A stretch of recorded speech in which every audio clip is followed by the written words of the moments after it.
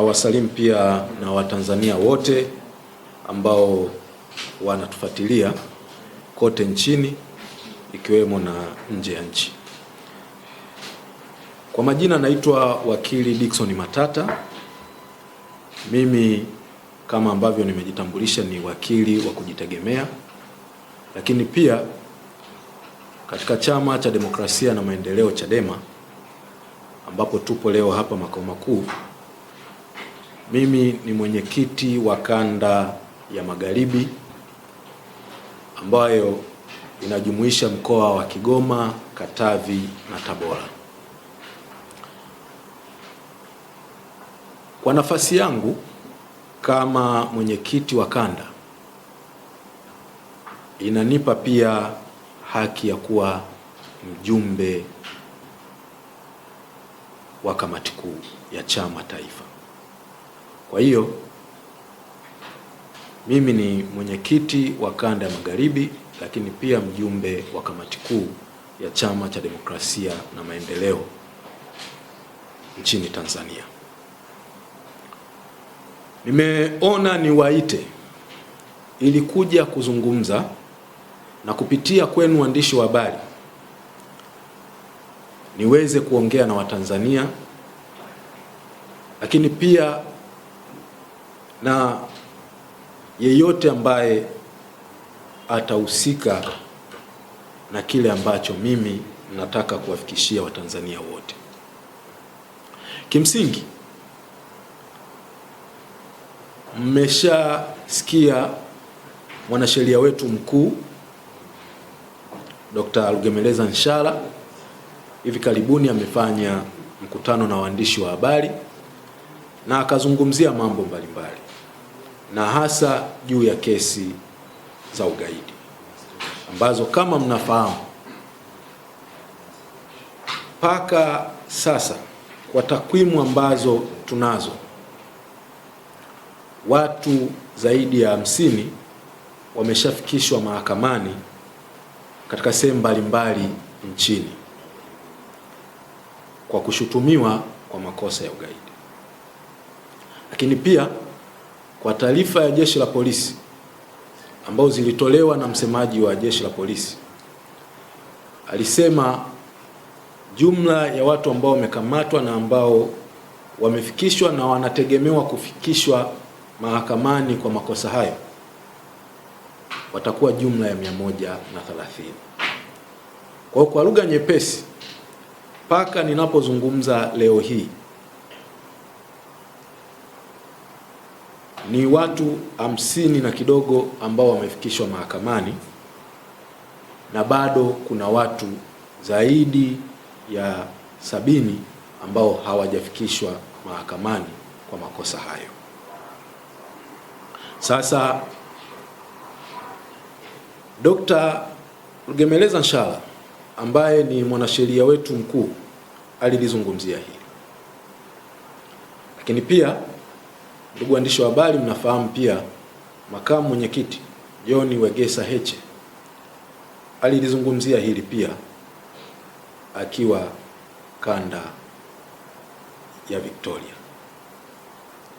Sasa mimi kama mwenyekiti wa kanda, kwa bahati nzuri sana, sio tu ni mwenyekiti wa kanda ya Magharibi, lakini pia ni mtu ambaye nimeshiriki kwa kiasi kikubwa kwenye kesi zinazohusiana na ugaidi. Kwa leo nimeona nije kuongea na Watanzania ili kwanza kuonyesha jinsi ambavyo kesi hizi zilivyo za kisiasa, na baada ya kuonyesha yupo mtu anayehusika sana na masuala haya, nitamuomba atumie mamlaka alionayo kwa mujibu wa katiba yetu aweze kuhakikisha anafuta kesi hizi na kuwaruhusu wale walioko ndani kwa kesi hizi za kisiasa zinazoitwa za ugaidi ziweze kuondolewa na watu hawa waweze kurudi kwenye familia zao. Sasa naomba nianze kwa kusema ugaidi unafahamika kwamba upo kwa muda mrefu. Ukisoma historia itakuonyesha ugaidi umeanza miaka 1870 na kitu. Lakini dunia ilielewa kwa uzito mpana ugaidi pale yalipotokea au ilipotokea swala la ugaidi lililofanyika Marekani likihusisha kundi la Al-Qaeda. Kwa muda wote tangu tunapata uhuru, sisi kama Tanzania hatukuwahi kuwa na masuala ya ugaidi, lakini pia hatukuwahi kuwa hata na sheria ya ugaidi. Tumekuja kujihusisha na masuala ya ugaidi na kupata sheria ya ugaidi baada ya ubalozi wa Marekani kulipuliwa hapa Tanzania mwaka 1998. Mtakumbuka mwaka 98 ubalozi wa Marekani nchini Tanzania na ubalozi wa Marekani nchini Kenya ulilipuliwa na kikundi cha ugaidi. Kutokana na tukio hilo, kwa sababu swala la ugaidi ni swala la kimataifa na kila linapotokea kwenye nchi yoyote, kwa mjibu wa Umoja wa Mataifa wamekubaliana kwamba kosa hilo ni la kimataifa, na hivyo likitokea sehemu yoyote lazima mataifa yasaidizane. Kwa kutokana na kutokea kwa tukio la mwaka 98 ambapo ubalozi wa Marekani nchini Kenya na Tanzania ulilipuliwa, Tanzania tulikuwa na wajibu wa kuhakikisha tunashiriki, kuhakikisha tunapambana na swala la ugaidi, lakini pia kwenye kuhakikisha tunapambana na swala la ugaidi ilikuwa lazima pia tuwe na sheria ya ugaidi ya kuzuia au kupambana na ugaidi nchini Tanzania. Kwa hiyo mwaka 2002 tulipata sheria ya kuzuia au ya kupambana na ugaidi ambao ni sura ya 19 ya sheria zetu kama ambavyo imefanywa marejeo mwaka 2023. Sheria hii ya Prevention of Terrorism Act, sheria ya kupambana au kuzuia ugaidi, ilipotungwa mwaka 2002 ndipo kwa lugha nyepesi tukawa na sheria ya bunge inayohusiana na masuala ya ugaidi. Na ukisoma sheria hii haijaweza kutafsiri ugaidi ni nini, lakini imeeleza ni matendo gani, sio maneno, ni matendo gani ambayo yanaweza kuwa ugaidi. Kwa hiyo ukisoma kifungu cha 4 cha sheria hii kitakuelezea ni nini au ni matendo gani ukiyafanya ndiyo yataitwa ugaidi. Sasa ndugu zangu, nimetaka leo kama wakili ambaye nimesema nimeshiriki kwenye hizi kesi za ugaidi niweze kueleza kinaga ubaga ili Watanzania wafahamu kwamba kumekuwa na tabia ya vyombo vya dola na serikali kuwasingizia watu kesi na kuwapa kesi kubwa kama ugaidi kwa sababu za kisiasa na kwa mlengo wa kuwazuia wasifanye siasa ambazo zimeruhusiwa ndani ya nchi yetu kwa mujibu wa sheria. Sio sheria tu, pia kwa mujibu wa katiba yetu. Mtakumbuka mwaka 2021 aliyekuwa mwenyekiti wetu wa chama taifa ndugu Freeman Aikael Mbowe na wenzake 4 walishtakiwa kwa makosa ya ugaidi kwenye kesi ya uhujumu uchumi namba 6 ya mwaka 2021, the economic case number 6 of 2021. Kwenye kesi hii mimi nilikuwa ni mmoja ya mawakili ambaye nilikuwa namwakilisha mshtakiwa namba 3 anayeitwa Mohamed Lingwenya. Kama mtakumbuka, kesi hii ilichukua miezi 8 mpaka inafutwa pale ambapo mwendesha mashtaka mkuu wa serikali yaani DPP alipoonyesha hana nia ya kuendelea na kesi hiyo kwa kuleta nyaraka ya kisheria inayoitwa nolle prosequi na hatimaye kuwafutia mashtaka Mbowe na wenzake 4. Wakati tunafanya kesi hii, hata kabla ya kufutiwa,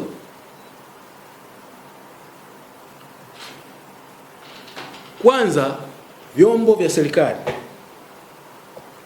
viliuhakikishia umma kwamba kesi ile ni ya kweli na ya haki na kwamba Mbowe na wenzake wanashtakiwa kwa haki. Kama mtakumbuka, waandishi wa habari, rais kwa kipindi hicho mara ikapigwa simu, bahati nzuri tulikuwa tunaisikia. Simu ilivyopigwa ikatoa maelekezo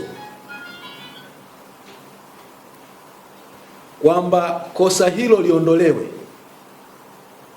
na Dr. Peter Wilbrod Slaa apewe kosa la ugaidi. Yule polisi aliyekuwa anachukua maelezo, ambaye alikuwa anasubiri tujaze fomu ya kujidhamini, akachana yale maelezo ya Dr. Slaa yaliyokuwa yanahusiana na uchochezi, akaenda kuleta karatasi nyingine, tukaanza kuhojiwa juu ya ugaidi. Mimi kama wakili nikamwambia Dr. Slaa, andika particulars, andika majina yako, anwani yako na kadhalika, usitoe maelezo juu ya ugaidi. Akanisikiliza, nikamwacha, nikaondoka, akakaa ndani kwa sababu kosa la ugaidi halina dhamana. Asubuhi yake wakati naenda kumuona Oysterbay,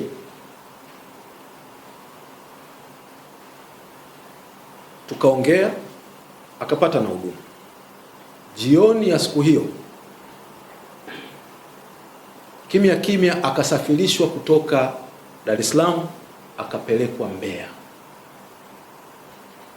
Na kwa nini alipelekwa Mbeya? Alikuwa anaenda kuunganishwa na rais wa sasa wa chama cha mawakili Tanganyika TLS, ndugu Boniface Mwambukusi na Mdude Nyagali. Wanaenda kuunganishwa wapewe wote kesi ya ugaidi.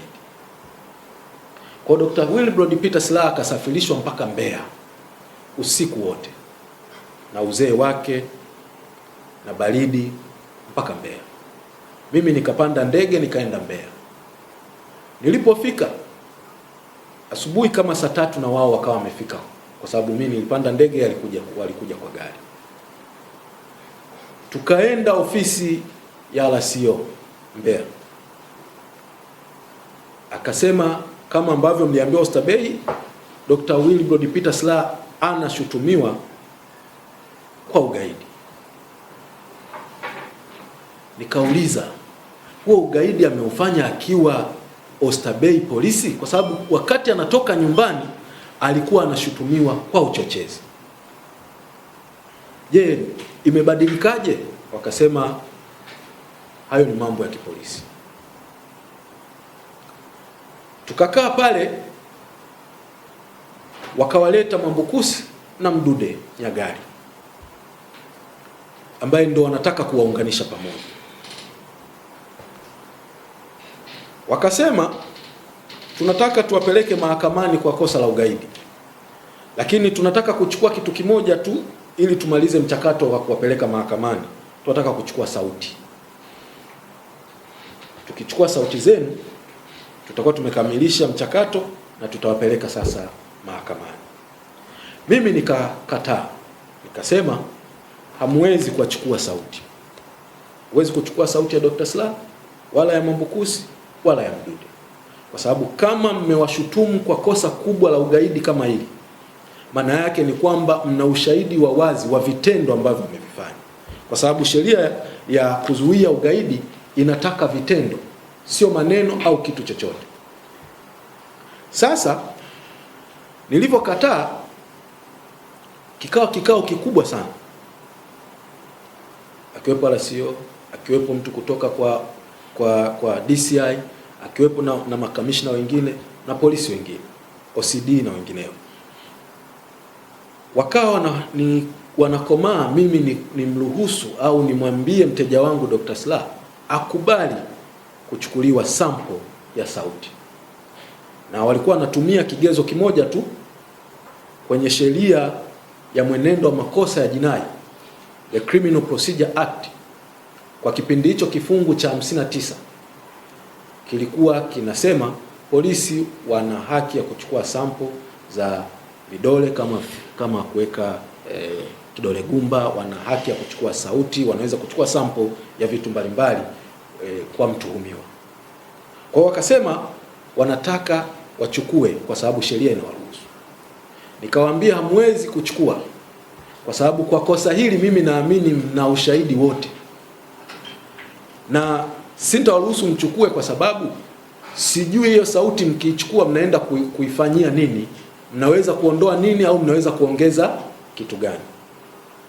Nikamwambia Dr. Slaa amekuwa mbunge, amekuwa balozi, amekuwa na nafasi mbalimbali, na huko kote sauti zake zipo, na kama alikuwa mbunge kwenye Hansard sauti zake zipo.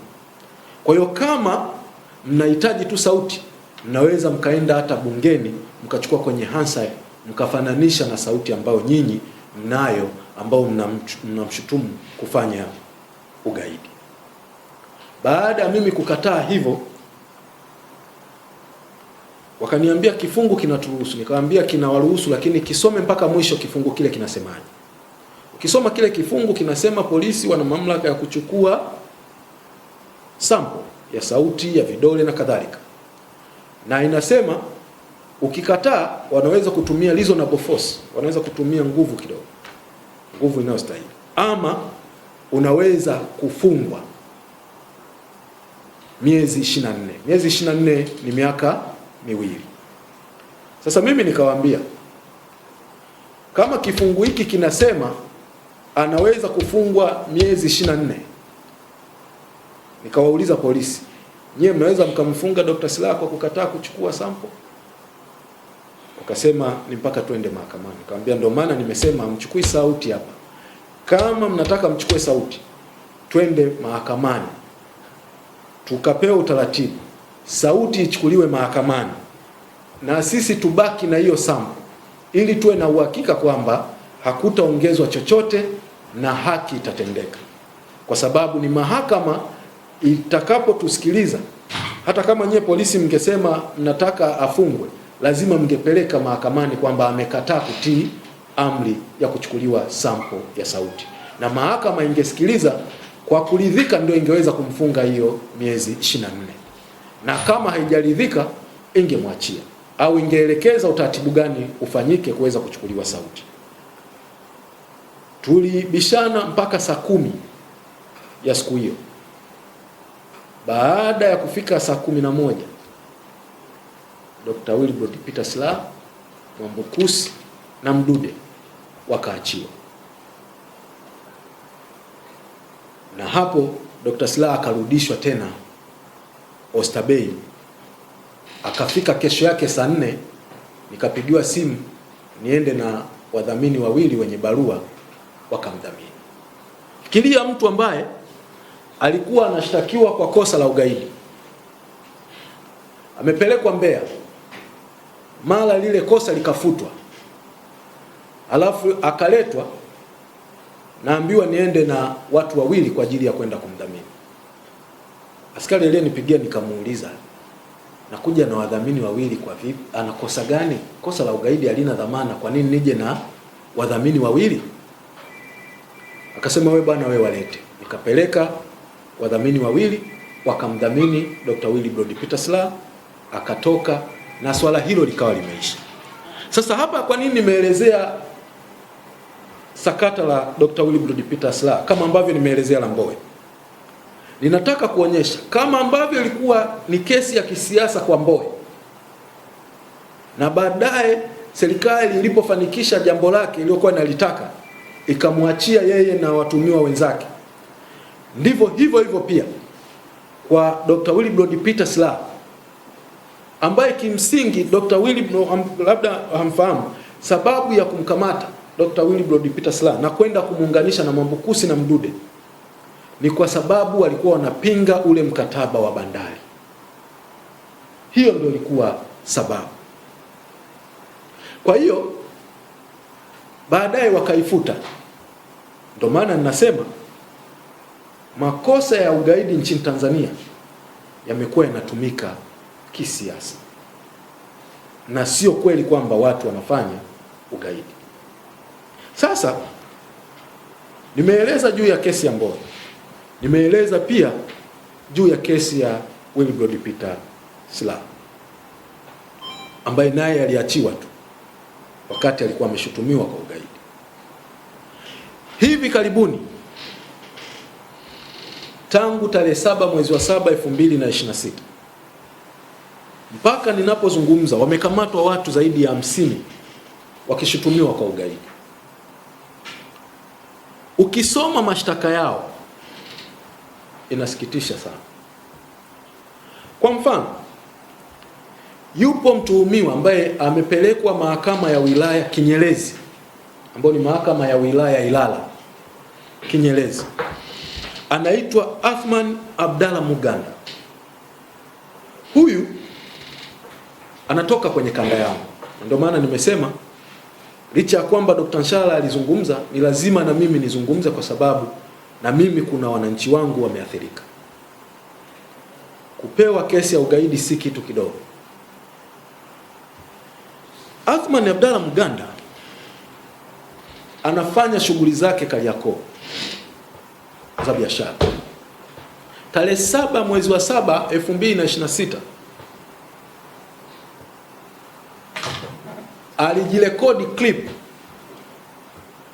akionyesha hali ya Kariakoo kwamba hakuna watu, na akasema, niko hapa lakini hatuwezi kufanya biashara kwa sababu leo watu hawako. Kitendo cha kujirekodi clip ile ya kuonyesha mazingira ya Kariakoo kwamba hakuna watu, inawezekana watu waliogopa kuwepo pale kwa sababu ya uoga wa kile ambacho watu walikuwa wamesema ni maandamano yatafanyika. Kitendo cha kujirekodi na kuonyesha kwa watu kwamba Kariakoo kuna hali hii, ambacho ni kitendo kinachoruhusiwa kisheria, kwa sababu kama Mtanzania anayo haki ya kupata taarifa, kutoa taarifa, ili mradi asivunje sheria za nchi, kama ibara ya 18 ya katiba yetu ya Jamhuri ya Muungano wa Tanzania inavyoelekeza. Kama ambavyo hata nyinyi waandishi wa habari mlikuwa akapelekwa kituo cha polisi Buguruni, akawekwa mpaka tarehe 17, yani Muganda bila watu kujua yuko wapi, amekaa kituo cha Buguruni polisi kwa siku 10 kwa sababu tu ya kurekodi, kuonyesha kwamba hii ndio hali iliyopo Kariakoo leo. Na baadaye tarehe 17 akadhaminiwa kuelekea 18. Alivyodhaminiwa, amerudi majuzi, ameitwa kwenda kuripoti polisi, akapelekwa mahakamani na kwenda kusomewa kesi ya ugaidi. Unajiuliza, ni kesi ya ugaidi ya namna gani ya mtu kurekodi kuonyesha kwamba Kariakoo hakuna watu leo katika mazingira ya kawaida. Nimetamani ni play hiyo clip hapa, lakini naheshimu muda wenu waandishi na Watanzania wanaotusikiliza. Kusema tu kwamba Kariakoo leo hakuna watu, mtu ameenda kupewa ugaidi na yumo ndani. Lakini sababu ni nini? Ni kwa sababu kwanza ni mwanachama wa Chama cha Demokrasia na Maendeleo, Chadema. Sasa kwa nini unampa ugaidi? Unapata picha ni kwamba hizi kesi zinazoitwa za ugaidi zinatumika kisiasa, kwa nia za kisiasa, na hasa za kuwakandamiza wanachama na viongozi na wapenda haki, hasa wanaojihusisha na Chama cha Demokrasia na Maendeleo. Hakuna kosa kwenye hii the Prevention of Terrorism Act linalosema mtu akitoa taarifa kama hiyo ya kuonyesha Kariakoo hakuna watu ni kosa la ugaidi. Lakini leo Muganda yuko Segerea mahabusu, ana siku karibia ya 4 yuko ndani, na kesi yake inakuja tarehe 4 mwezi wa 8 mwaka 2026 pale katika mahakama ya wilaya ya Ilala Kinyerezi kwa ajili ya kutajwa. Huyu mtu maana yake ni kwamba biashara zake haziendelei. Huyu mtu ana mke anayemtegemea. Huyu mtu ana watoto wanaomtegemea, wanaosoma. Huyu mtu bahati nzuri mimi namfahamu mpaka kwao Urambo, Tabora. Nimesema ni mwenyekiti wa kanda, na bahati nzuri mimi natokea Tabora, hasa Urambo. Napajua hadi kwao, wazazi wake wanamtegemea. Kwa hiyo watu zaidi ya 10 wanakosa huduma ya Muganda ambaye amewekwa ndani kinyume cha utaratibu kabisa, kwa kumpa kesi kubwa ya ugaidi kwa kusema tu Kariakoo leo hakuna watu.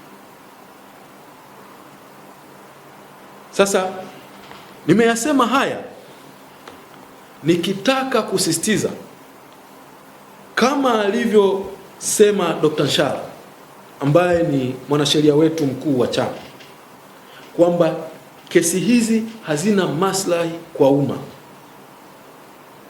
Ninamtaka DPP na natoa rai kwake, kwa mamlaka aliyopewa kwa mujibu wa katiba yetu ibara ya 59B, aweze kuzifuta kesi hizi, awaachie watu hawa waweze kwenda kuendelea na maisha yao. Fikiria unawaweka vijana wako, vijana Mbeya wa Chaso, wanafunzi wa chuo, unawaweka ndani, unawaambia wana makosa ya ugaidi, wanashindwa kuendelea kusoma, wanashindwa kufanya mitihani kwa vitu ambavyo huwezi kuthibitisha kwamba kweli ni magaidi. Na DPP kwa mujibu wa katiba yetu ibara ambayo nimeitaja ya 59B imempa guidelines ya namna gani afanye kazi yake. Kwa mujibu wa hii ibara ya 59B ya katiba yetu ya Jamhuri ya Muungano ya mwaka 1977 kama ambavyo imekuwa inafanyiwa marejeo mara kwa mara, inasema wazi wakati DPP anapofanya wajibu wake au shughuli yake kama DPP anatakiwa kuhakikisha anaangalia nini. Ukisoma ibara ya 59B ibara ndogo ya 4 inasema katika kutekeleza mamlaka yake mkurugenzi wa mashtaka atakuwa huru, hataingiliwa na mtu yeyote au mamlaka yoyote, na atazingatia mambo yafuatayo kwenye kufanya shughuli zake. 1. Nia ya kutenda haki. Yaani DPP anapofanya chochote hapa, cha kwanza wakati anafanya ahakikishe kwamba ana nia ya kutenda haki. Fikiria mtu ambaye amesema tu leo Kariakoo hakuna watu, watu wako majumbani, amepewa ugaidi. Nia ya kutenda haki hapa iko wapi? Lakini ibara hii inaendelea kusema kwamba DPP wakati anatenda au anafanya mambo yake, B aangalie hii, kuzuia matumizi mabaya ya taratibu za utoaji haki. Yani DPP anapofanya shughuli zake sio tu awe na nia kutenda haki, lakini pia ahakikishe kwamba anazuia matumizi mabaya ya taratibu ya utoaji haki, na si maslahi ya umma, aangalie maslahi ya umma. Sasa kwa kusoma hizi guidelines ambazo zimetolewa kwenye katiba, unajiuliza hawa watu waliokamatwa, ni kweli kuna nia ya kutenda haki? Ni kweli DPP amehakikisha amezuia matumizi mabaya ya taratibu za utoaji haki? Ni kweli kwamba wako ndani kwa maslahi ya umma, kwamba kweli ni magaidi, na kwamba kweli kesi hizi zikifika mwisho watu hawa wanaweza wakahukumiwa na kufungwa kwa sababu ya ugaidi, ama ni kesi za kisiasa? Ndio maana ninaomba na ninatoa rai kwa DPP kuhakikisha anayaita mafaili yote ya kesi hizi, ya zile zilizoko Mwanza za watu zaidi ya 20, ya kesi zilizoko Shinyanga ya watu zaidi ya 11, akiwemo katibu wa chama wa kanda ile ya Serengeti anaitwa Jackson Mnyawami. Aite faili la Mbeya la vijana wa Chaso, wanafunzi hawa ambao wanatumia haki yao ya kikatiba kuwa kwenye chama wanachokipenda, kama ambavyo wengine wako CCM. Apitie faili zao. Aite faili la Athmani Abdalla Mganda liloko mahakama ya wilaya ya Ilala Kinyerezi. Ajiridhishe kama kweli kuna nia ya kutenda haki kwenye mashtaka haya, na kama ataona hakuna nia ya kutenda haki, azuie matumizi mabaya ya taratibu kwa kuwaachia, kwa kuinternole kwenye kesi zao, waweze kurudi kwenye jamii yao. Ndugu zangu, baada ya kumaliza swala hilo, sasa nije kuzungumzia swala la pili.